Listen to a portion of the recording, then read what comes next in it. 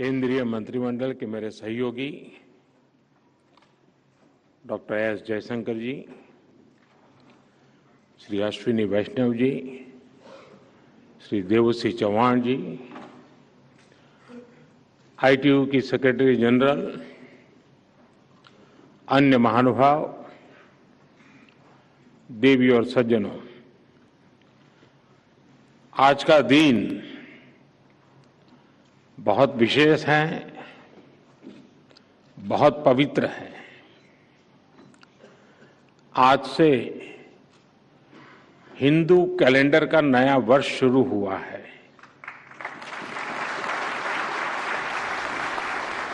मैं आप सभी को और सभी देशवासियों को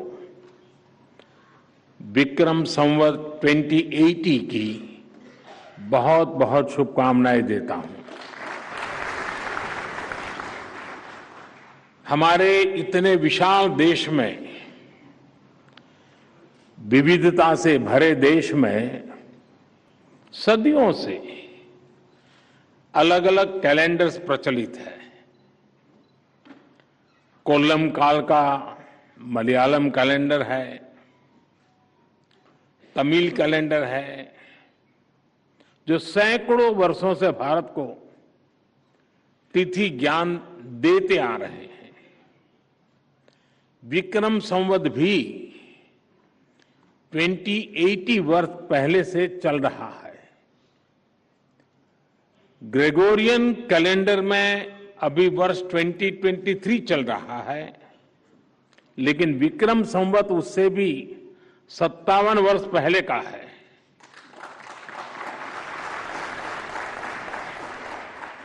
मुझे खुशी है कि नववर्ष के पहले दिन टेलीकॉम, आईसीटी और इससे जुड़े इनोवेशन को लेकर एक बहुत बड़ी शुरुआत भारत में हो रही है। आज यहां इंटरनेशनल टेलीकम्युनिकेशन यूनियन आईटीयू के एरिया ऑफिस, और सिर्फ एरिया ऑफिस नहीं, एरिया ऑफिस और इनोवेशन सेंटर की स्थापना हुई है। इसके साथ साथ आज 6G टेस्ट बेड को भी लॉन्च किया गया है। इस टेक्नोलॉजी से जुड़े हमारे विजन डॉक्यूमेंट को अनवील किया गया है। ये डिजिटल इंडिया को नई ऊर्जा देने के साथ ही साउथ एशिया के लिए, ग्लोबल साउथ के लिए नए समाधान, नए इनोवेशन लेकर आएगा। खासकर हमारे एकेडेमिया, हमारे इनोवेटर्स, स्टार्टअप्स, हमारी इंडस्ट्री के लिए इससे अनेक नए अवसर बनेंगे। फ्रेंड्स, आज जब भारत G20 की प्रेसिडेंसी कर रहा है, तो उसकी प्राथमिकताओं में रीजनल डिवाइड को कम करना भी है। कुछ सप्ताह पहले ही भारत ने ग्लोबल साउथ समिट का आयोजन किया है। ग्लोबल साउथ की यूनिक जरूरतों को देखते हुए टेक्नोलॉजी, डिजाइन और स्टैंडर्ड्स की भूमिका बहुत अहम है। ग्लोबल साउथ अब टेक्नोलॉजिकल डिवाइड को भी तेजी से ब्रीच करने में जुटा है। आईटीयू का ये एरिया ऑफिस एवं इनोवेशन सेंटर इस दिशा में एक बहुत बड़ा कदम है। मैं ग्लोबल साउथ में यूनिवर्सल कनेक्टिविटी के निर्माण को लेकर भारत के प्रयासों को भी ये अत्यंत गतिदायक और गति देने वाला होगा। इससे साउथ एशियाई देशों में आईसीटी सेक्टर में कोऑपरेशन और कोलैबोरेशन भी मजबूत होगा। और इस अवसर पर विदेश के भी बहुत बहुत मेहमान आज हमारे यहां मौजूद हैं। मैं आप सबको बहुत बहुत बधाई देता हूं, बहुत बहुत शुभकामनाएं देता हूं। साथियों, जब हम टेक्नोलॉजिकल डिवाइड को ब्रिज करने की बात करते हैं तो भारत से अपेक्षा करना भी बहुत स्वाभाविक है। भारत का सामर्थ्य, भारत का इनोवेशन कल्चर, भारत का इंफ्रास्ट्रक्चर, भारत का स्किल और इनोवेटिव मैन पावर, भारत का फेवरेबल पॉलिसी एनवायरनमेंट, ये सारी बातें इस अपेक्षा का आधार है। इनके साथ ही भारत के पास जो दो प्रमुख शक्तियां हैं वो है ट्रस्ट और दूसरा है स्केल।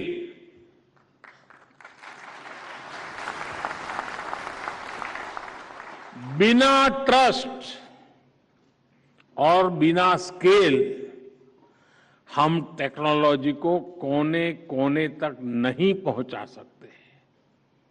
और मैं तो कहूंगा कि ट्रस्ट, ये टेक्नोलॉजी जो वर्तमान की है उसमें ट्रस्ट एक पूर्व शर्त है। इस दिशा में भारत के प्रयासों की चर्चा आज पूरी दुनिया कर रही है। आज भारत 100 करोड़ मोबाइल फोन के साथ most connected democracy of the world है।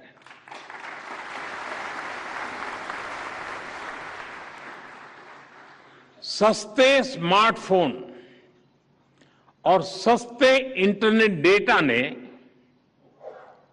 भारत के डिजिटल वर्ल्ड का कायाकल्प कर दिया है। आज भारत में हर महीने 800 करोड़ से अधिक यूपीआई आधारित डिजिटल पेमेंट्स होते हैं। आज भारत में हर दिन 7 करोड़ ई ऑथेंटिफिकेशन होते हैं। भारत के कोविन प्लेटफॉर्म के माध्यम से देश में 220 करोड़ से अधिक वैक्सीन डोज लगी है। बीते वर्षों में भारत ने 28 लाख करोड़ रुपए से अधिक सीधे अपने सिटीजन्स के बैंक खातों में भेजे हैं, डायरेक्ट बेनिफिट ट्रांसफर। जनधन योजना के माध्यम से हमने अमेरिका की कुल आबादी से भी ज्यादा लोगों के बैंक खाते खोले हैं।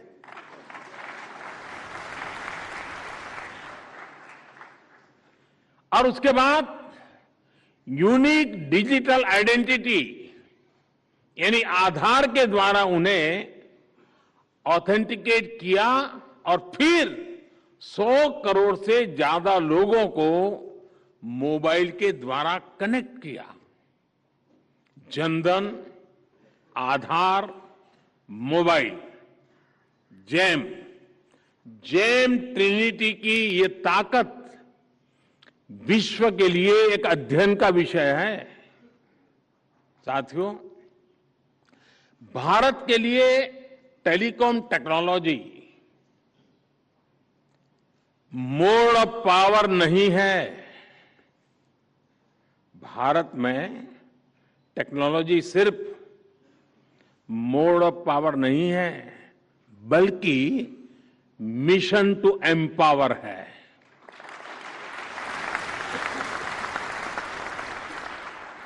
आज डिजिटल टेक्नोलॉजी भारत में यूनिवर्सल है, सबकी पहुंच में है। पिछले कुछ वर्षों में भारत में बड़े स्केल पर डिजिटल इंक्लूजन हुआ है। अगर हम ब्रॉडबैंड कनेक्टिविटी बात करें तो 2014 से पहले भारत में 6 करोड़ यूजर्स थे। आज ब्रॉडबैंड यूजर्स की संख्या 80 करोड़ से ज्यादा है। 2014 से पहले भारत में इंटरनेट कनेक्शन की संख्या 25 करोड़ थी। आज ये 85 करोड़ 85 करोड़ से भी ज्यादा है। साथियों, अब भारत के गांवों में इंटरनेट यूजर्स की संख्या शहरों में रहने वाले इंटरनेट यूजर से भी अधिक हो गई है। ये इस बात का प्रमाण है कि डिजिटल पावर कैसे देश के कोने कोने में पहुंच रही है। पिछले 9 वर्षों में भारत में सरकार और प्राइवेट सेक्टर ने मिलकर 25 लाख किलोमीटर ऑप्टिकल फाइबर बिछाया है। 25 लाख किलोमीटर ऑप्टिकल फाइबर। इन वर्षों में ही लगभग 2 लाख ग्राम पंचायतों तक ऑप्टिकल फाइबर से जोड़ा गया है। देश भर के गांवों में आज 5 लाख से अधिक common service centre digital service दे रहे हैं।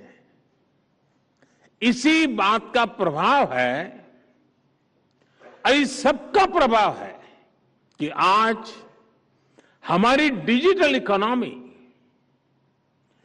देश की ओवरऑल इकोनॉमी से भी लगभग 2.5 गुना तेजी से आगे बढ़ रही है। साथियों, डिजिटल इंडिया से नॉन डिजिटल सेक्टर्स को भी बल मिल रहा है और इसका उदाहरण है हमारा पीएम गति शक्ति नेशनल मास्टर प्लान। देश में बन रहे हर प्रकार के इंफ्रास्ट्रक्चर से जुड़े डेटा लेयर्स को एक प्लेटफॉर्म पर लाया जा रहा है। लक्ष्य यही है कि इंफ्रास्ट्रक्चर के विकास से जुड़े हर रिसोर्स की जानकारी एक जगह हो, हर स्टेक होल्डर के पास रियल टाइम इंफॉर्मेशन हो। आज यहां जिस कॉल बिफोर यू डिग इस ऐप को लॉन्चिंग हुई है और वो भी इसी भावना का विस्तार है। और कॉल बिफोर यू डिग का मतलब ये नहीं कि इसको पॉलिटिकल फील्ड में उपयोग करना है।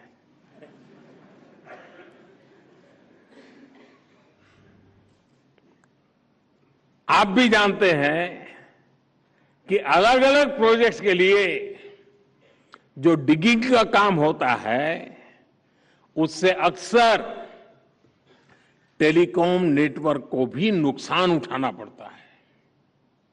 इस नए ऐप से खुदाई करने वाली एजेंसियां और जिनका अंडरग्राउंड एसेट है उन विभागों के बीच तालमेल बढ़ेगा। इससे नुकसान भी कम होगा और लोगों को होने वाली परेशानियां भी कम होगी। साथियों, आज का भारत डिजिटल रिवॉल्यूशन के अगले कदम की तरफ तेजी से आगे बढ़ रहा है। आज भारत दुनिया में सबसे तेजी से 5G रोल आउट करने वाला देश है।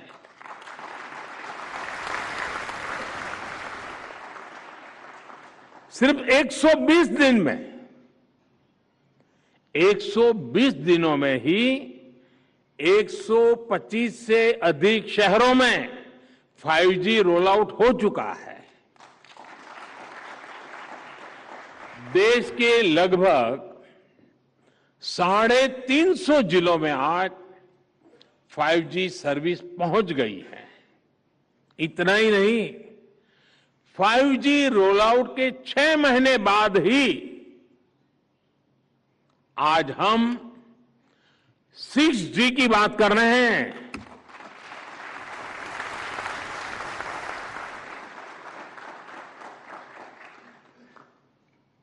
और ये भारत का कॉन्फिडेंस दिखाता है।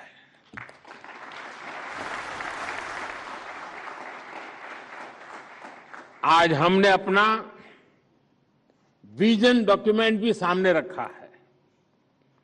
ये अगले कुछ वर्षों में 6G रोल आउट करने का बड़ा आधार बनेगा। साथियों, भारत में विकसित और भारत में सफल टेलीकॉम टेक्नोलॉजी आज विश्व के अनेक देशों का ध्यान अपनी तरफ खींच रही है। 4G और उससे पहले भारत टेलीकॉम टेक्नोलॉजी का सिर्फ एक यूजर था, कंज्यूमर था।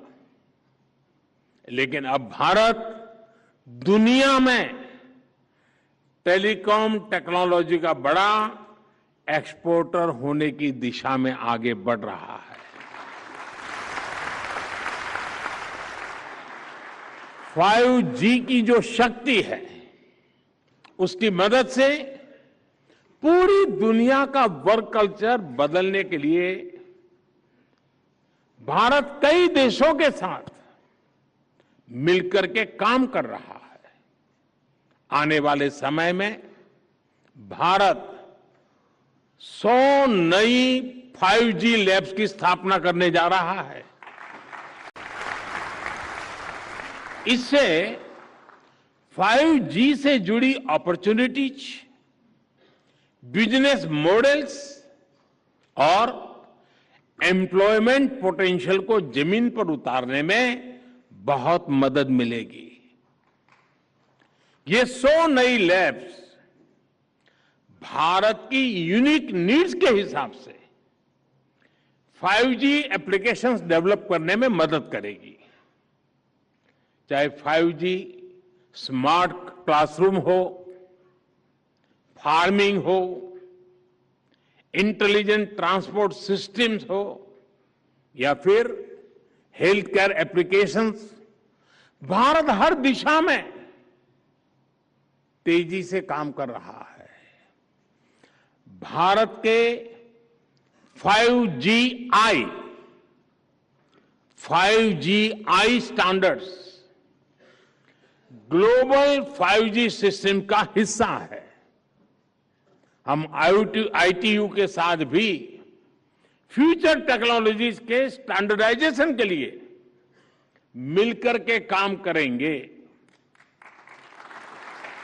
यहां जो इंडियन ITU एरिया ऑफिस खुल रहा है, वो हमें 6G के लिए सही एनवायरनमेंट बनाने में भी मदद करेगा। मुझे आज ये घोषणा करते हुए भी खुशी हो रही है कि ITU की world telecommunication standardisation assembly अगले वर्ष अक्टूबर में दिल्ली में ही आयोजित की जाएगी।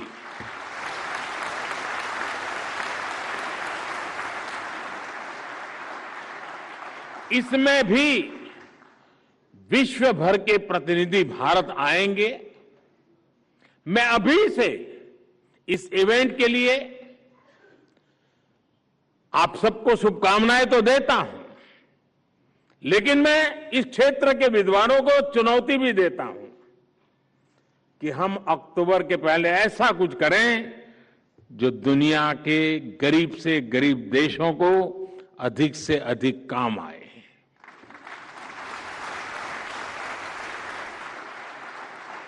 साथियों, भारत के विकास की इसी रफ्तार को देखकर कहा जाता है, ये डेकेड भारत का टेकेड है। भारत का टेलीकॉम और डिजिटल मॉडल स्मूथ है, सिक्योर है, ट्रांसपेरेंट है और ट्रस्टेड एंड टेस्टेड है। साउथ एशिया के सभी मित्र देश इसका लाभ उठा सकते हैं। मेरा विश्वास है ITU का ये सेंटर इसमें एक अहम भूमिका निभाएगा। मैं फिर एक बार इस महत्वपूर्ण अवसर पर विश्व के अनेक देशों के महानुभाव यहां आए हैं, उनका स्वागत भी करता हूं और आप सबको भी अनेक अनेक शुभकामनाएं देता हूं। बहुत बहुत धन्यवाद।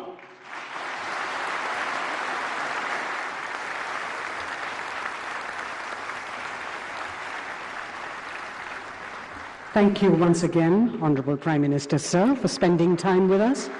Ladies and gentlemen,